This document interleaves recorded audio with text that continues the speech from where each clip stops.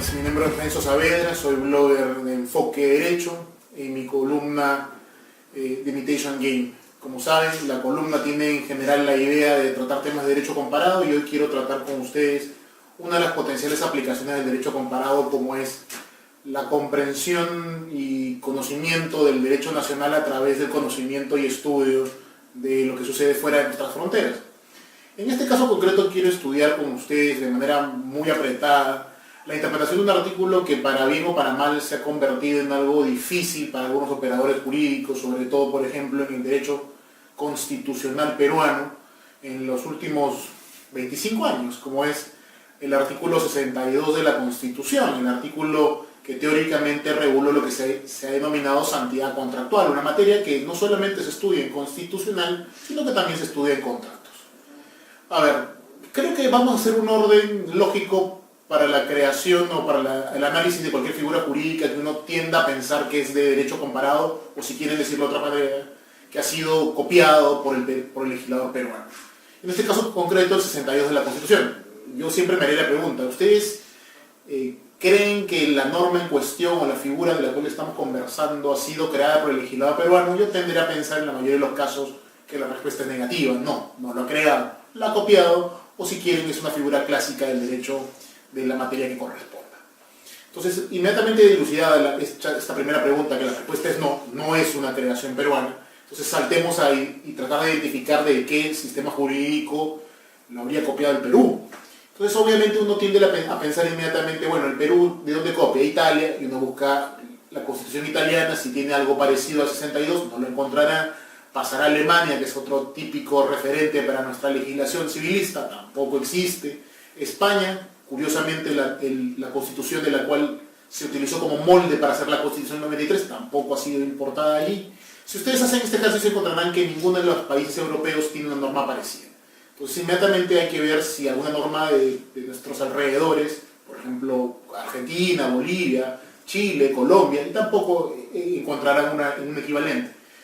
De la investigación uno puede encontrar de que hay un antecedente, que es la Constitución cubana de 1940, cuyo artículo 23 tiene una norma muy parecida a la Constitución peruana del artículo 62. Entonces obviamente yo tengo una duda también existencial. O sea, ¿ustedes creen que el legislador peruano, el constituyente peruano, copió este artículo 62 de la Constitución de Cuba? Nótese por favor que el momento en el que se hace nuestra Constitución teóricamente es una fecha de corte para nosotros porque queremos abrirnos al mercado global y obviamente uno pensaría que Cuba no podría ser justamente algo que califique dentro de esta curiosidad y sobre todo por la época. Si bien 1940 es antes de la Revolución Cubana, es importante también tener este dato porque en ese momento quien estaba como presidente era el presidente Batista. Batista tenía una vinculación muy fuerte con Estados Unidos y es ahí donde se revela la verdadera fuente del artículo 62 de la Constitución. ¿Por qué la Constitución cubana tenía una norma parecida? Simple, porque la Constitución estadounidense de 1787 tiene una norma parecida, que es el artículo 10, artículo primero, sección 10 de la Constitución estadounidense, que es un poco largo, pero simplemente la parte que a nosotros nos interesa, dice, ningún Estado, se refiere a algún Estado de la Unión Americana, aprobará una ley ex post facto o una ley que menoscabe una obligación contractual.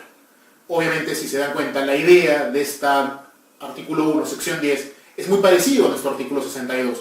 Y quieren algo más interesante, cuando uno investiga lo que pasa en Estados Unidos, se encontrará que la definición de este artículo y de esta sección se llama Sanctity of Contract, o, si quieren traducirlo al castellano, santidad de los contratos. Entonces, obviamente, ahí tenemos una fuente clara de copia del Perú. Entonces, obviamente, pasemos a lo siguiente.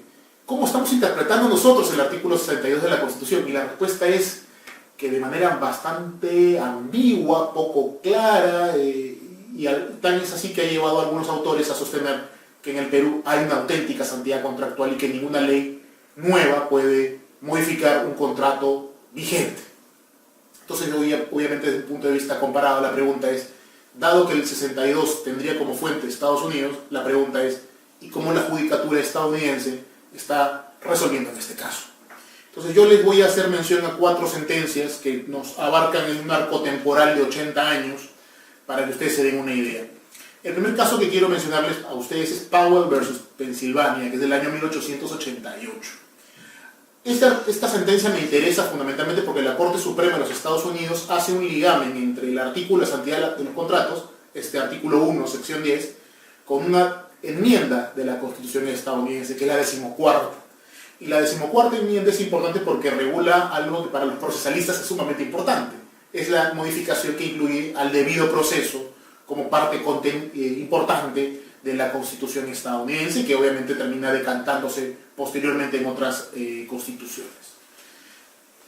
Allí lo que justamente se sostiene es que no se puede modificar el contenido de un contrato por obra de una ley emitida por el Congreso, pero deja abierta la idea de que puede haber justificaciones en algunos casos por bienestar común.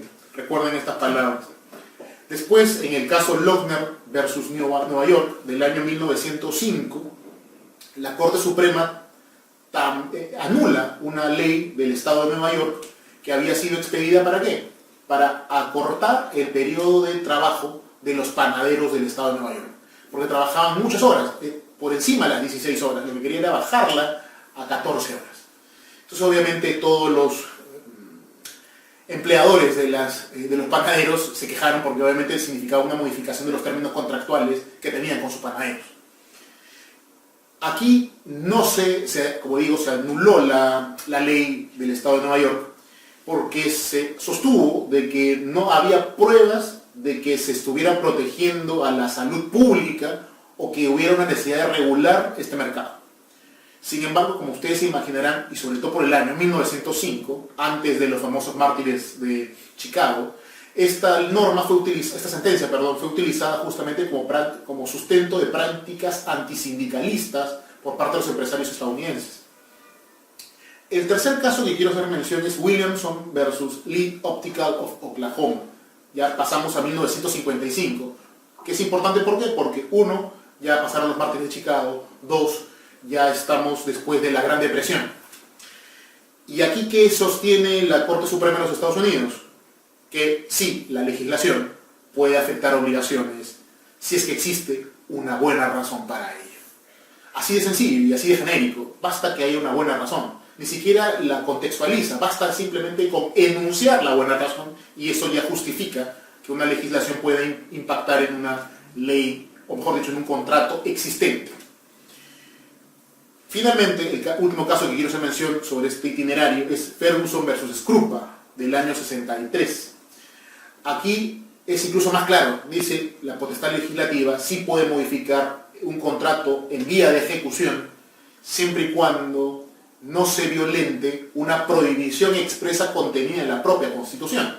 Vale decir, ahora es posible cualquier legislación que impacte en un contrato siempre y cuando no haya una norma en la propia Constitución que te prohíba hacer ese tipo de normas. Por ejemplo, una ley con nombre propio. ¿Por qué les menciono todos estos casos? Porque nos lleva a una situación bien particular. En los Estados Unidos hoy se sostiene que no hay tutela constitucional a la libertad contractual. Y es curioso porque obviamente iniciamos todo este discurso viendo que la santidad contractual era cuasi absoluta dentro de la Constitución estadounidense. Pero vía jurisprudencial se ha ido flexibilizando a tal punto que hoy ya no está. Hoy ya no hay casi tutela constitucional.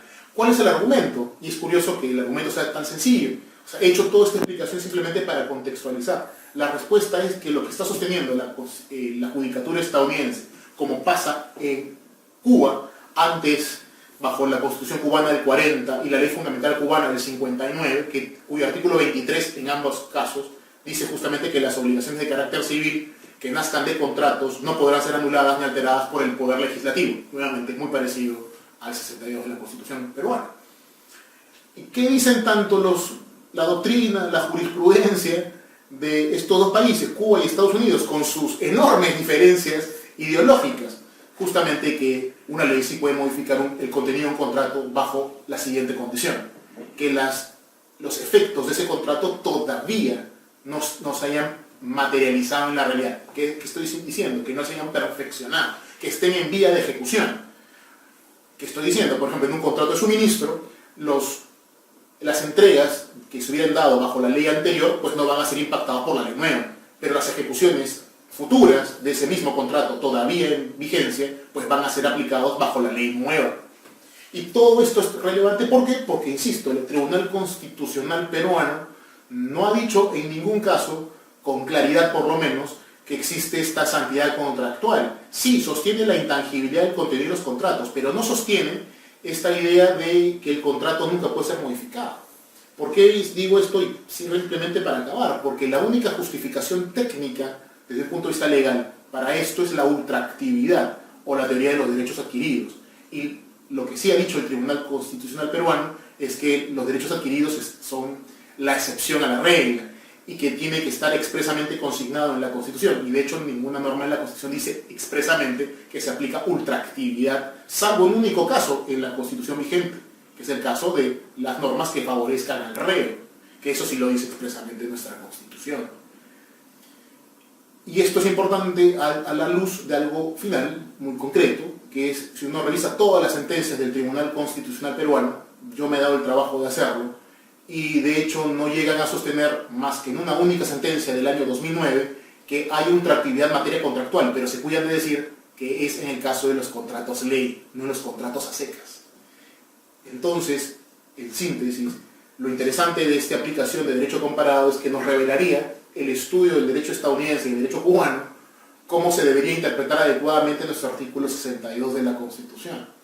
Algo que, curiosamente, a la mayoría de nuestros académicos no se les ocurrió demasiado. Si uno revisa a académicos como el profesor recientemente fallecido, Enrique Bernales, en su libro sobre la interpretación de la Constitución, o el doctor Chirino Soto, o el propio doctor Marcial Rubio, o el doctor Francisco Guiguren, encontrarán que no hay un detalle de esta discusión concreta, ni de las fuentes, ni de que aquí habría ultraactividad o no. Ninguno de ellos, ni a nivel doctrinal, ni a nivel jurisprudencial, se han animado a decir de que esto es un caso de ultraactividad o de derechos adquiridos, lo cual debería decirnos mucho.